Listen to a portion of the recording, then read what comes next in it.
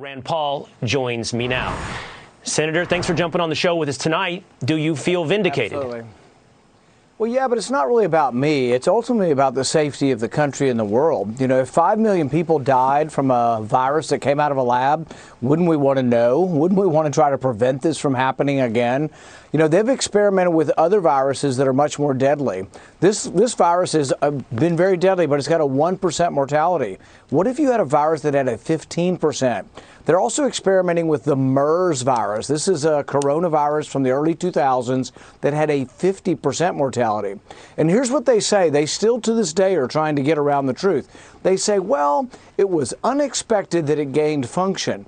Well, how do you know if it's unexpected or not? It's unknown. If you take a virus from a cave, you combine it with a virus that has a 50% mortality, it either is going to be more transmissible or less, but you don't know in advance whether it's going to be worse or better. So when it gains function, that is something that actually is expected. Some of these viruses are going to gain function, and then the possibility of leaking out, I think, is a horrific thing for mankind. But realize that Dr. Fauci's been steadfast in this.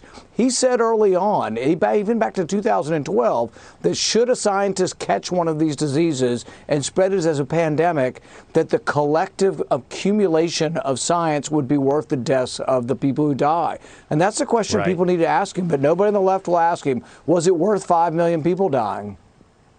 Do you think that moment, that clip that we played of that interaction, and you had numerous interactions with Dr. Fauci now with this information, do you think that was perjury? Was he lying to you under oath? Is there anything for you to do now? Is there any accountability, Senator?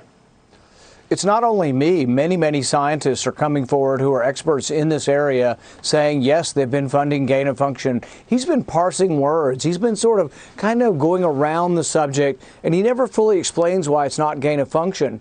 But I think his explanation is this.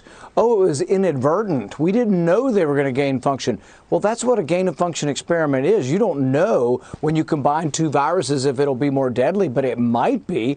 If you have half a brain, you know, if you combine two viruses, it sure might be more deadly. So he knew it was a gain of function experiment. He just didn't know the result to the experiment. But if that's the definition he's going to use, we still have all this craziness. You know, they do this in our country. Right. We need to try to make sure. So far, no Democrat has been willing to listen to this. I've been asking for an investigation for months. No bipartisan committee has brought this up or decided to tackle this. But, you know, we have scientists, Kevin Esvelt from MIT. He's one of the great technological discoverers of CRISPR and gene technology for disease. He's not a partisan. He wrote in the Washington Post a week ago that this is a civilization-ending kind of research, that this research could release something that could destroy civilization. That's coming from a scientist. That should scare us all. You know, Senator, I know what you're saying, and we heard it at the time. He's playing semantic games with you. He's arguing with you about the definition of gain of function. He's weaseling out whether or not this satisfies, quite honestly, just his definition of gain of function. I'm sure there's going to be some semantic games about whether or not he knew EcoHealth Alliance had broken their grant with the NIH. I'm sure there are outs, but there needs to be some accountability for twofold, I think, and you laid out one of them, right? One is this gain of function research goes on, and the other is Dr. Fauci's word is gospel. People don't question his word on a host of things.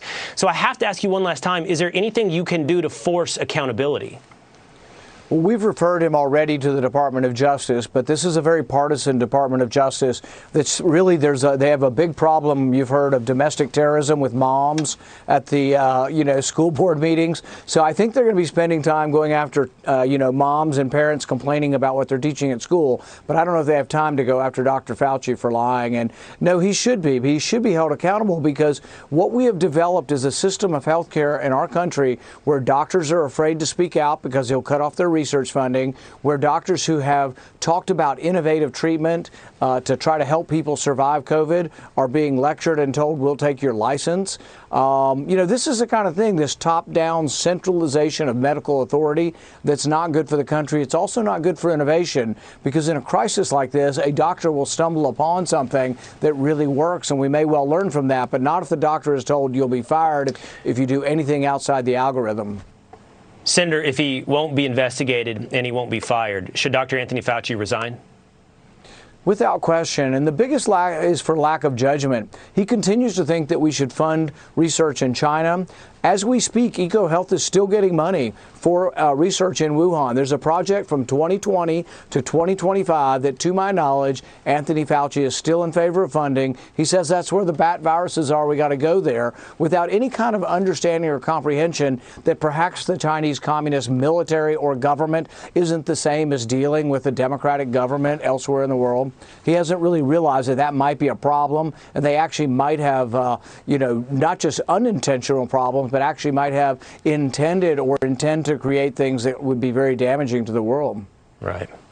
All right, Senator Rand Paul, hopefully there is some place we can find accountability for these lies. Thanks for jumping on with us tonight and letting us know what you make of this new report. Thank you. Thank you, Senator Paul.